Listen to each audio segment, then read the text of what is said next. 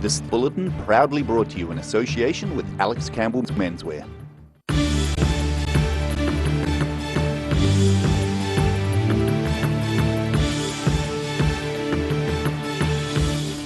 Tonight on the South Today, home renovations gone wrong, and now this Baldwin Street couple are left with a six-figure bill. A parliamentary reshuffle pays off for a Dunedin MP as he adds yet another string to his bow. And slow-moving traffic prompts the police to issue a timely reminder to those about to hit the road.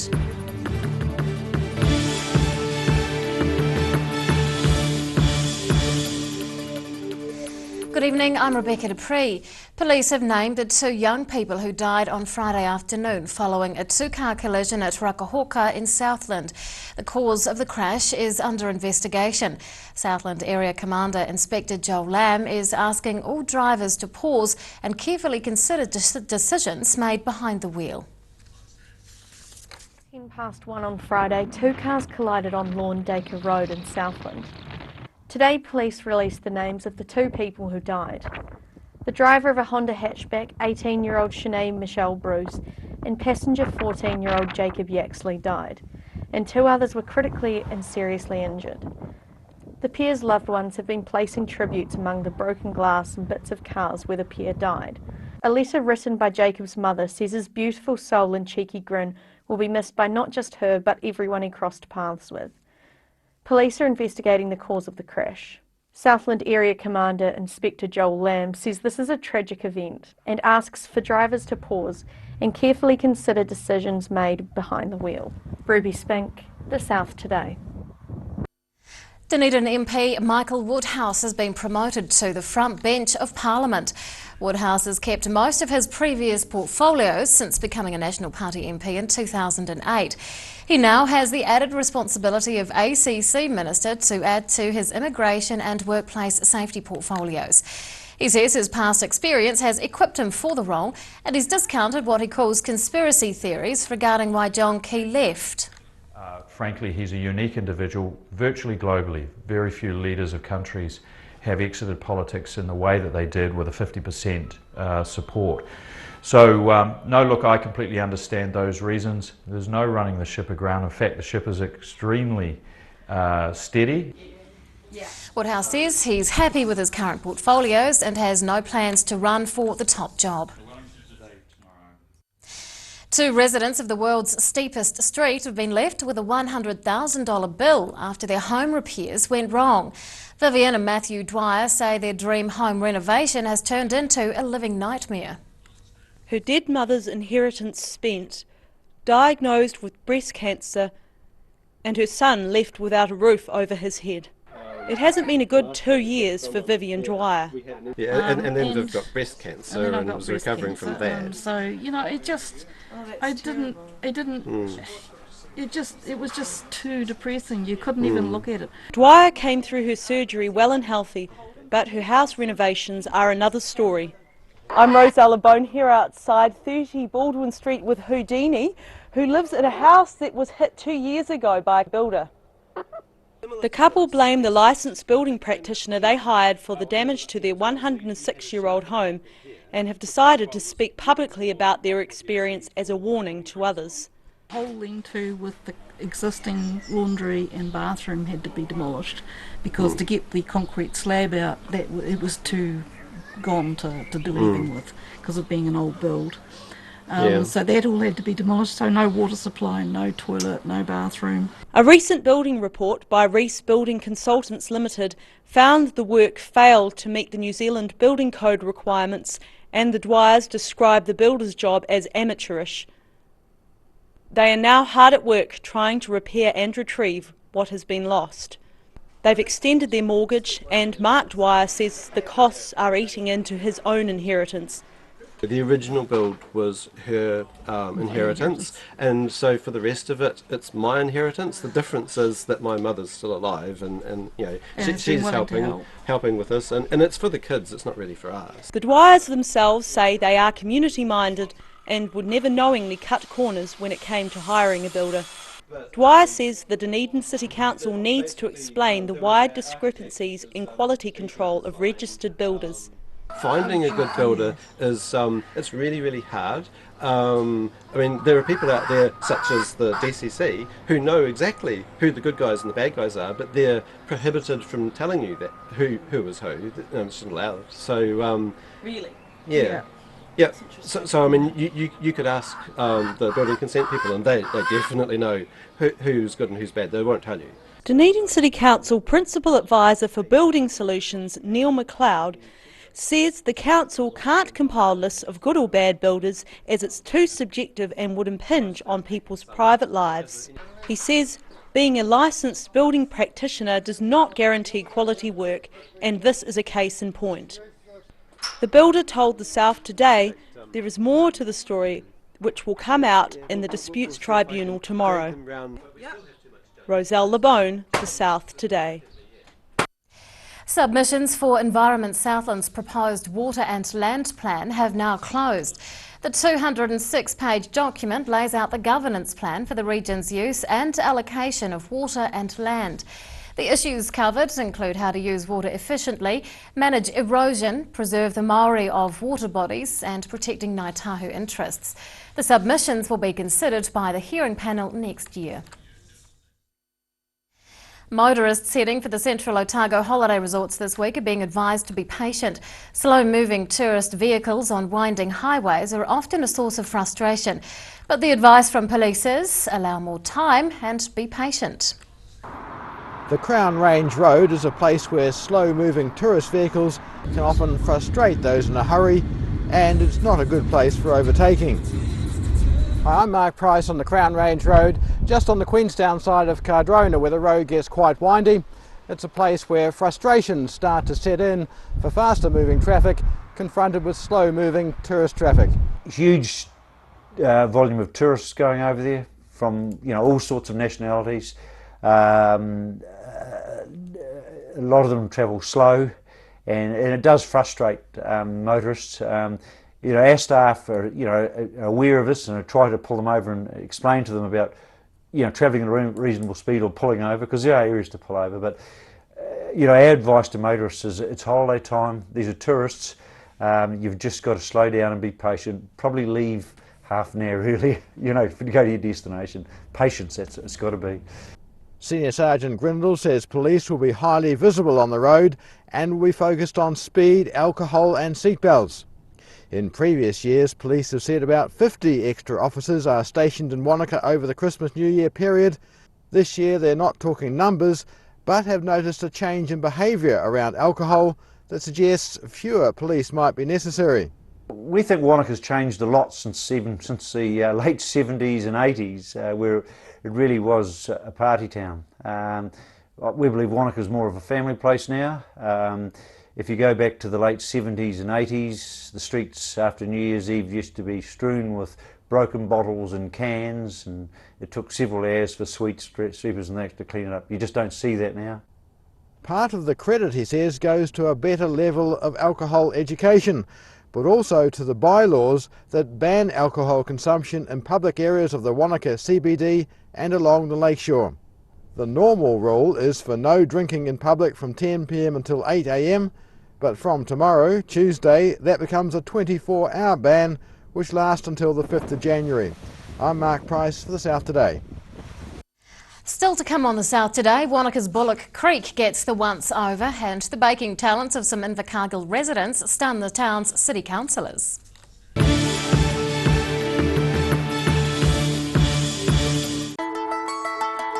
Bring some more joy into your world by adopting one of our adult animals at SPCA Otago. Call now on 473 8252. Please adopt a pet now, they will love you forever.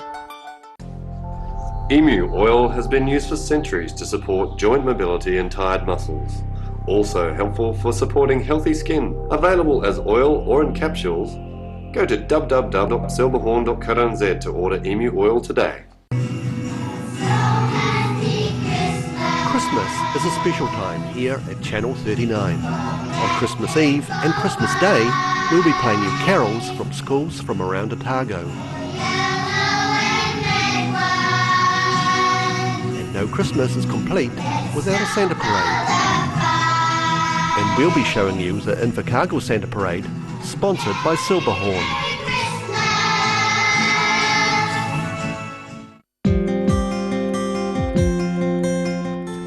Got the rallies coming to stay these holidays, but the lawn's looking a mess. Call the team at Ready Lawn, open right through Christmas and New Year.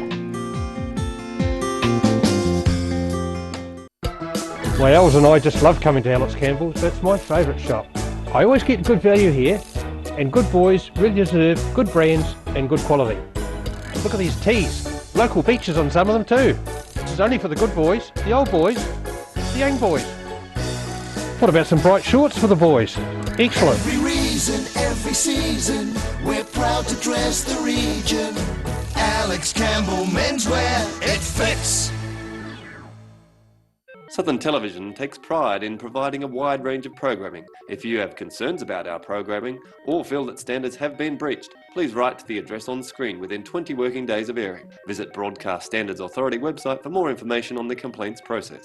Yes, Sonny Chin. Neck, shoulder, back, sciatica, pain specialists. Innovative tools specifically designed to contour your grooves of depletion and excess muscle buildup. Sonny Chin, it works. When it's time to say goodbye to your pet, Heaven Sent Pet Cremations are here to help you through this difficult experience. Call Heaven Sent Pet Cremations today for their care and guidance. Phone 489 2274.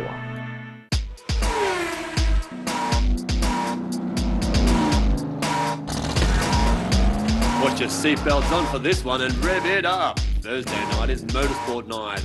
Proudly brought to you by multi-award-winning Garrador.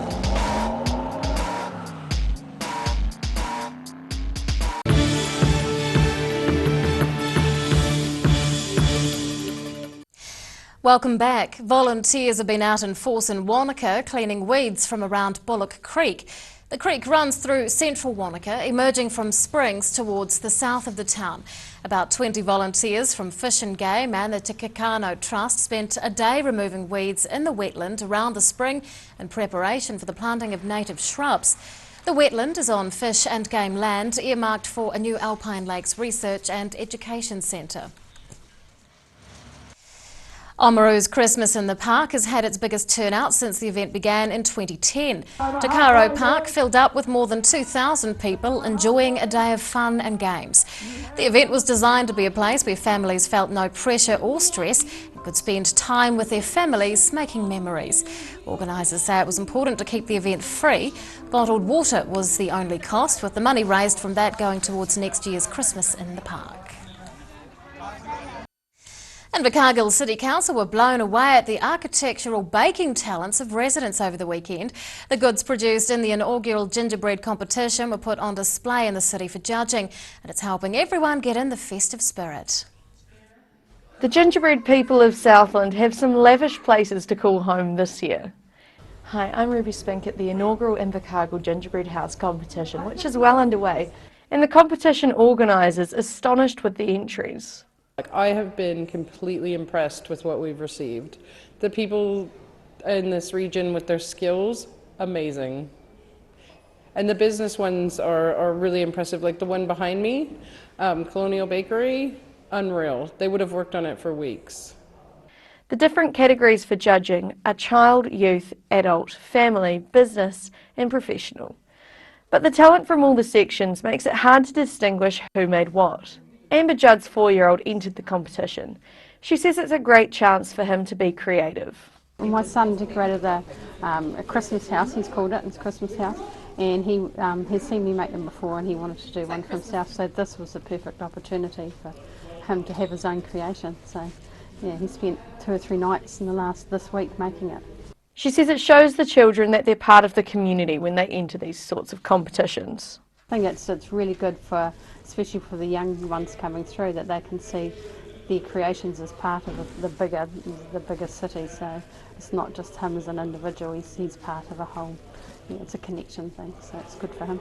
Many people were taking the opportunity to view the gingerbread houses up close. Kari Graber says it's allowing residents to take part in a worldwide Christmas tradition. It's just to have a great, right before Christmas, let's get out, celebrate the spirit, enjoy the city, and then we can all relax and get into Christmas.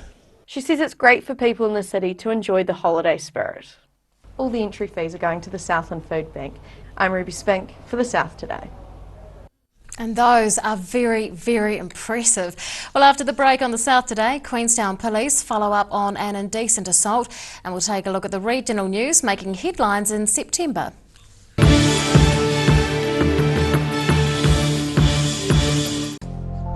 Emu oil has been used for centuries to support joint mobility and tired muscles. Also helpful for supporting healthy skin. Available as oil or in capsules. Go to www.silverhorn.co.nz to order emu oil today. Pregnant? Need to talk? 24 hours a day, 7 days a week. Pregnancy counselling services are here to help. It's free, it's confidential. Call us now on 0800 773 462.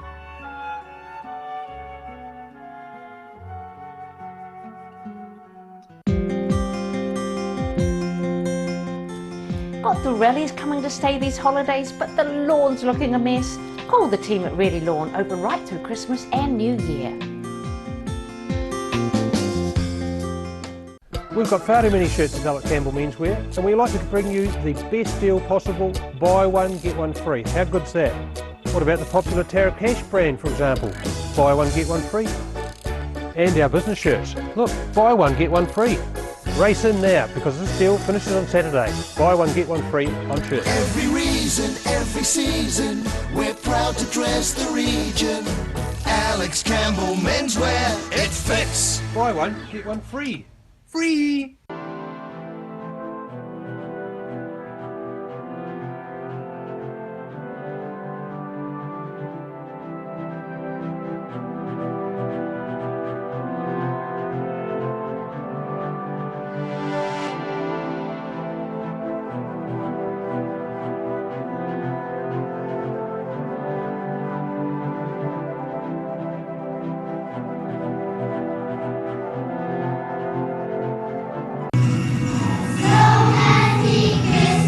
Christmas is a special time here at Channel 39. On Christmas Eve and Christmas Day, we'll be playing you carols from schools from around Otago.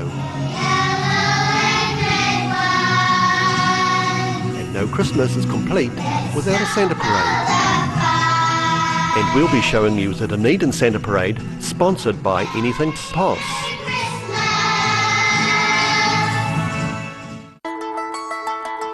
Bring some more joy into your world by adopting one of our adult animals at SPCA Otago. Call now on 473 8252. Please adopt a pet now, they will love you forever.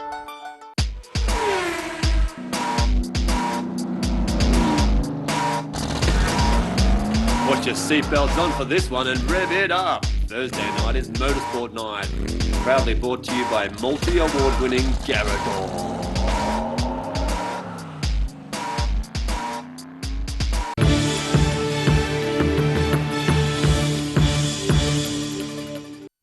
Welcome back. Queenstown Police are investigating an indecent assault that occurred in the early hours of Sunday morning. The incident happened just before 4 a.m. on Gorge Road between Robbins Road and Hilton Place. The female victim, in her late 20s, was walking home from a function when she was approached and indecently assaulted by a man.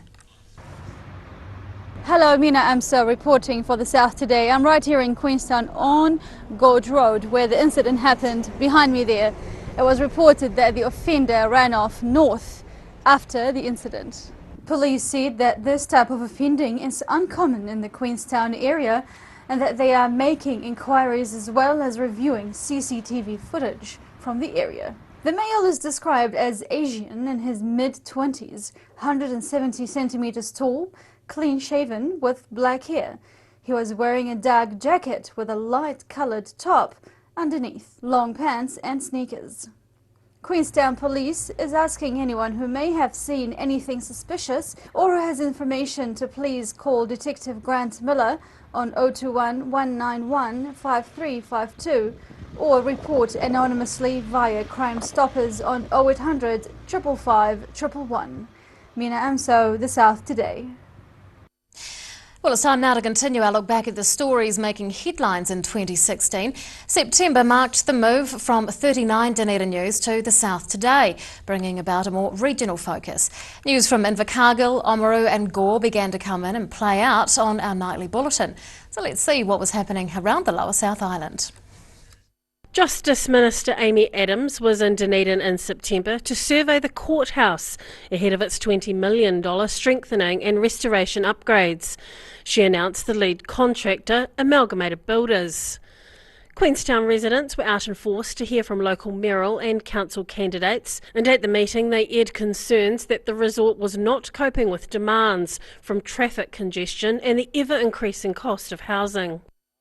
It's the pressure from tourism, the pressure on the local infrastructure, and the problem is the locals have to pay for it at this stage, and things have to change. Dunedin residents were also engaging with council and mayoral candidates with the focus of a forum concentrating on what they hope to achieve for business and economic development. There was still plenty of snow in September on the central Otago ski fields.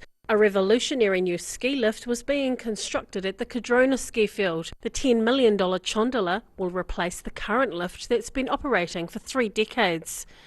And perfect conditions for a slopestyle and half-pipe competition on the mountain saw a young Wanaka skier impress. Yeah, big news was local boy Wacko Wells landed the first quad cork, a switch quad 1620.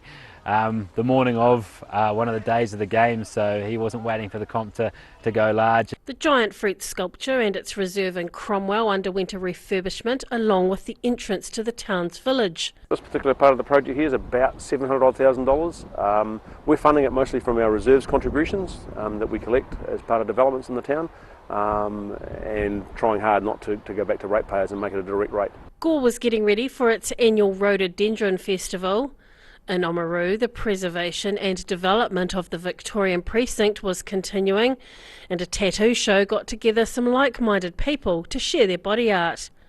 Kias on Mount Aspiring were being closely monitored in an aim to find out what's been eating Kia eggs and chicks.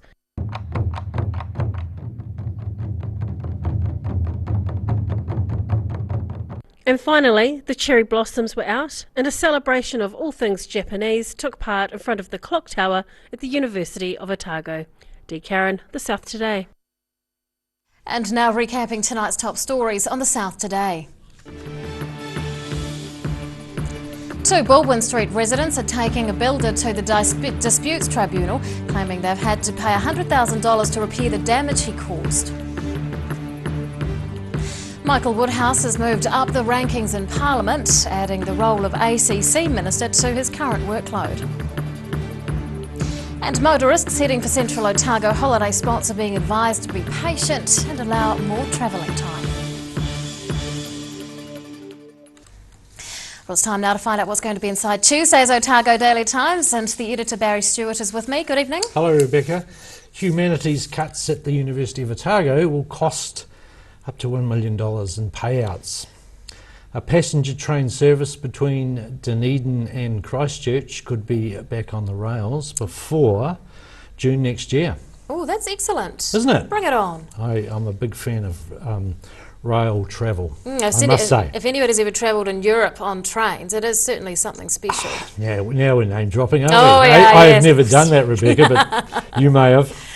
Oamaru Mayor is offering a reward to anyone who dobs in taggers, a problem in many streets in many cities or towns in Dunedin and New Zealand. And they need to start painting the sides of their buildings like we do here. Exactly, that helps. It's had quite an effect, isn't it? Definitely helps. Another good news story, a Good Samaritan has posted or taped a couple of coins onto a parking meter for the next person that arrived.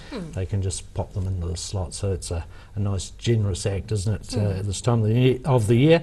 New Zealand Rugby Union says it is not in the same ballpark park as those overseas offers for our star players, but they have other ways to keep the likes of Ben Smith in New Zealand. Ooh, read about those in tomorrow's ODT. Exactly. Thank you, Barry. Thank you. It's time now for tomorrow's weather. This weather update proudly brought to you in association with Silverhorn's Manuka Honey. Here is today's Southern View. It's taken at the tail of Southland on a windy day. Showers on and off. To the situation, and a mild northeasterly flow will develop tomorrow ahead of a cold front in the Tasman Sea.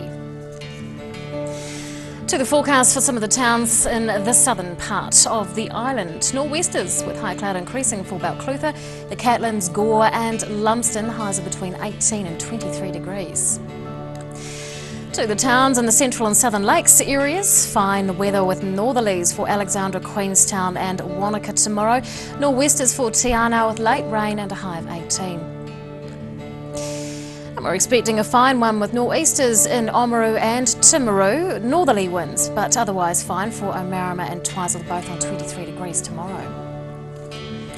In Dunedin tonight, fine. Southwesters dying out with a low of 8 degrees. Tomorrow also fine, high cloud increasing though later on. Breezy nor'easters and a high of 16.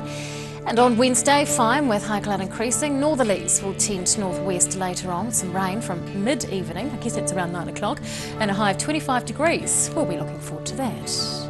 And in Invercargill tonight, mostly fine with a low of 9.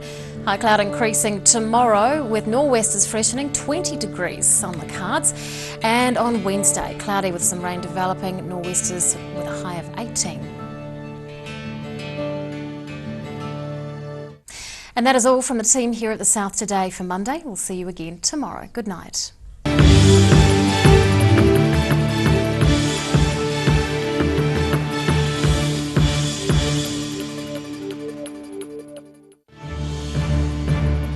This bulletin proudly brought to you in association with Alex Campbell's Menswear. Supporting local content so you can see more of New Zealand on air.